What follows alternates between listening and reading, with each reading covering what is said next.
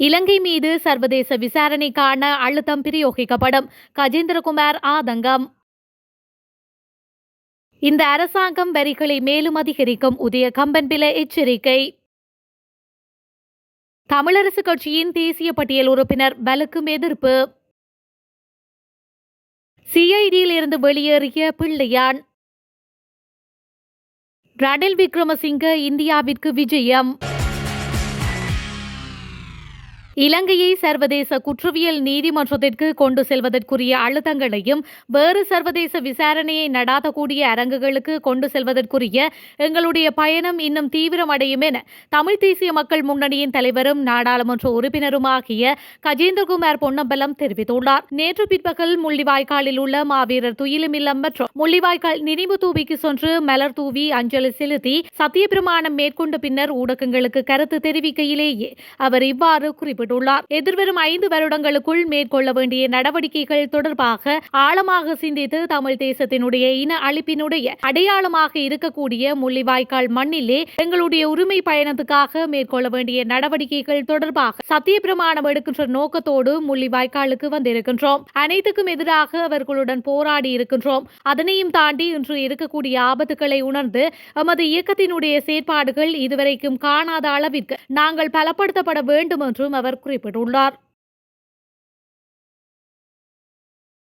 தேசிய மக்கள் சக்தி அரசாங்கம் வரிகளை மேலும் அதிகரிக்கும் என பிபுத்துருகெல உரிமைய கட்சியின் தலைவர் உதய கம்பன்பில தெரிவித்துள்ளார். பொருட்களின் விலைகளை குறைப்பதாக கூறி ஆட்சி பீடமேறிய இந்த அரசாங்கம் தற்பொழுது அமுலில் உள்ள வரிகளை அதே விதத்தில் பேணும் எனவும் புதிதாக சொத்து வரிகளை விதிக்கும் எனவும் அவர் தெரிவித்துள்ளார். கட்சி தலைமையகத்தில் நடைபெற்ற செய்தியாளர் சந்திப்பில் அவர் இதனை தெரிவித்துள்ளார்.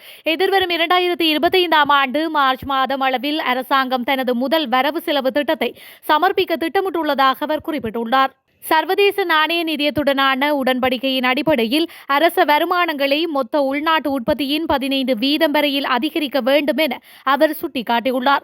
அதாவது பொருட்களின் விலைகளை குறைப்பதாக கூறி ஆட்சி பீடமேறிய அரசாங்கம் தற்போது நடைமுறையில் உள்ள வரிகளை அதே விதத்தில் பேணுவதுடன் மேலும் வரிகளை விதிக்க நேரிட்டுள்ளதாக அவர் தெரிவித்துள்ளார். தேசிய மக்கள் சக்தி அரசாங்கம் சர்வதேச நாணய நிதியத்துடனான உடன்படிக்கைகளை மாற்றியமைக்க யோசனை முன்வைத்த போதிலும் அதனை சர்வதேச நாணய நிதியம் ஏற்றுக்கொள்ள என அவர் தெரிவித்துள்ளார். கடந்த காலங்களில் பாதகமான நிபந்தனைகள் காணப்படும் சந்தர்ப்பங்களில் சர்வதேச நாணய நிதியத்துடன் உடன்படிக்கைகளில் இருந்து 16 தடவைகள் கடந்த அரசாங்கங்கள் விலக்கிக் கொண்டுள்ளன.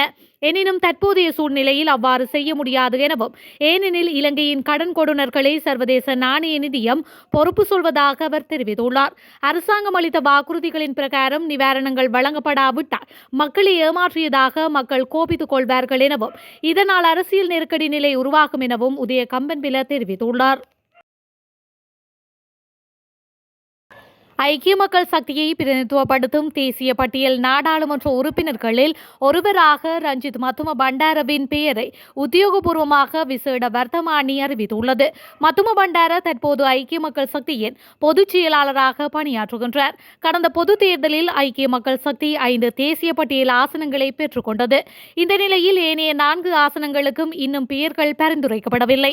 இதேவேளை ரவி கருணாநாயக்கவின் தேசிய பட்டியலுக்கான பெயர் பரிந்துரை தொடர்ந்தும் ஐக்கிய தேசிய கட்சிக்குள் சர்ச்சையை தோற்றுவித்து வருகின்றமையும் குறிப்பிடத்தக்கது. முன்னாள் ஜனாதிபதி ரணில் விக்ரமசிங்க இந்தியாவிற்கு விஜயம் ஒன்றை மேற்கொள்வதாக தெரிவிக்கப்படுகின்றது. குறித்த விஜயமானது நாளை இடம்பெற உள்ளதாக கூறப்படுகின்றது. இந்த விஜயத்தின் போது ரணில் விக்ரமசிங்க மத்திய இந்தியாவின் இந்தூரில் உள்ள ஸ்ரீ சத்ய ஸ்ரீ வித்யா விஹார் உயர்கல்வி நிறுவனத்தில் விரிவுரை ஒன்றையும் நடத்த உள்ளார்.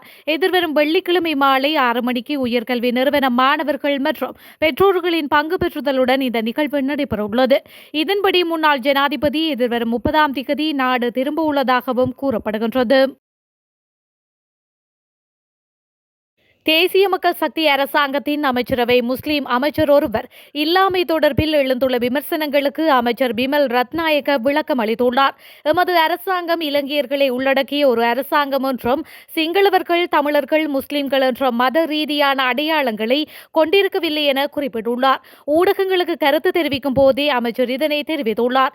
76 ஆண்டுகளில் அனைத்து சமூகங்களும் தங்களது மத கலாச்சார வேறுபாடுகளை மறந்து ஒரே நாடாக வாக்களித்து பெரும்பான்மை ஆட்சி கட்சியை தேர்ந்தெடுப்பது இதுவே முதல் முறை என்று அவர் சுட்டிக்காட்டியுள்ளார். தேசிய மக்கள் அரசாங்கம் எந்த ஒரு சமூகத்தையும் அவர்களின் மத அல்லது கலாச்சார நடைமுறைகளின் அடிப்படையில் ஒருபோதும் பாகுபாடு காட்டாது.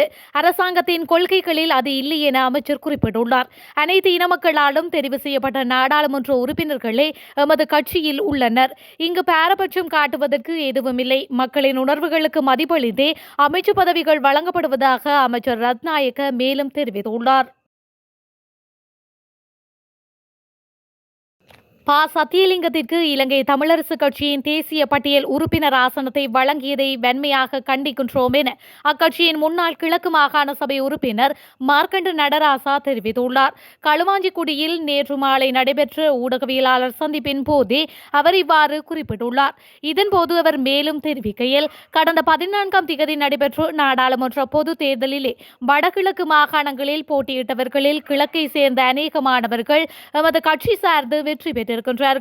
கிழக்கு மாகாணத்தில் தான் பல சமயங்கள் சார்ந்த கட்டமைப்புக்குள் தமிழர்கள் வாழ்ந்து கொண்டிருக்கின்றார்கள். கடந்த காலத்தில் ராஜாங்க அமைச்சராக இருந்த பிள்ளையான் மற்றும் வியாழேந்திரன் ஆகியோர்கள் இருந்தும் கூட எமது தமிழ் மக்கள் எமது வேட்பாளர்களுக்கு வாக்களித்துள்ளனர். தமிழரசு கட்சிக்கு வழங்கியதற்காக எமது மக்களுக்கு நன்றியினை தெரிவித்துக் கொள்கின்றேன் என்றும் அவர் மேலும் தெரிவித்துள்ளார். புதிய நாடாளுமன்றத்தின் முதலாவது கூட்டத்தில் பங்கு பெற்றவிருக்கும் நாடாளுமன்ற உறுப்பினர்கள் அனைவரையும் காலை 9 மணிக்கு நாடாளுமன்ற வளாகத்திற்கு வருகை தருமாறு அறிவிப்பு விடுக்கப்பட்டுள்ளது. 10வது நாடாளுமன்றத்தின் முதல் அமர்வு நாளைய தினம் 10 மணிக்கு ஆரம்பிக்கப்பட உள்ளது. இதனையடுத்து இந்த விடயத்தினை நாடாளுமன்ற செயலாளர் நாயகம் குஷானி ரோகணதீர தெரிவித்துள்ளார். நாடாளுமன்றத்திற்கு வரும்போது உறுப்பினர்களின் வாகனங்கள் போலீசாரால் அவற்றுக்காக ஒதுக்கப்பட்டுள்ள நிறுத்தல் இடங்களுக்கு அனுப்பி வைக்கப்படும். நாடாளுமன்ற உறுப்பினர்களின் கூடங்களில் நுழைவதுடன் வாக்களிப்பு மணியோசை அடிக்கும் வரை அங்கு தங்கியிருத்தல் வேண்டும் என்றும் அந்த அறிவிப்பில் குறிப்பிடப்பட்டுள்ளது. துணைவி அல்லது துணைவரோடு வருகின்ற உறுப்பினர்கள் அலுவலர்கள் நுழைவாயில் அருகில் இறங்க வேண்டும். மற்ற எல்லா உறுப்பினர்களும் உறுப்பினர்களின் நுழைவாயிலின் அருகில் இறங்க வேண்டும் என்றும் அதில் சுட்டிக்காட்டப்பட்டுள்ளது. முன்னாள் ராஜாங்க அமைச்சர் பிள்ளையான் என அழைக்கப்படும் சிவநேசத்துறை சந்திரகாந்தன் குற்றப்புலனாய்வு திணைக்களத்தில் இன்று காலை முன்னிலையாகியிருந்த நிலையில் தற்போது அங்கிருந்து வெளியேறியுள்ளார் என தெரிவிக்கப்பட்டுள்ளது. உயிர்த்த ஞாயிறு பயங்கரவாத தாக்குதல் தொடர்பில் மேற்கொள்ளப்பட்டு வரும் விசாரணைகள் தொடர்பில் அவரிடம் வாக்குமூலம் பெறப்பட்டுள்ளதாக தெரிவிக்கப்படுகின்றது. உயிர்த்த ஞாயிறு பயங்கரவாத தாக்குதல் தொடர்பான சர்ச்சைக்குரிய வீடியோவை பிரித்தானிய சேனல் 4 கடந்த ஆண்டு ஜூன் 8ஆம் திகதி ஒளிபரப்பியது. சுமார் 50 நிமிடங்கள் ஒளிபரப்பான குறித்த காணொலியில் சுவிட்சர்லாந்தில் தங்கியுள்ள பிள்ளையான் அணியின் முன்னாள் ஊடக பேச்சாளரான அசாத் மௌலானா என்பவரே அந்த தகவலை முன்வைத்தார். பின்னர் சம்பந்தப்பட்ட காணொலியின் உள்ளடக்கம் குறித்து ஆராய பொதுமக்கள் பாதுகாப்பு அமைச்சகத்திற்கு முறைப்பாடு கிடைத்ததை அடுத்து குற்றப்புலனாய்வு திணைக்களம் விசாரணையை ஆரம்பித்திருந்தமையும் குறிப்பிடத்தக்கது.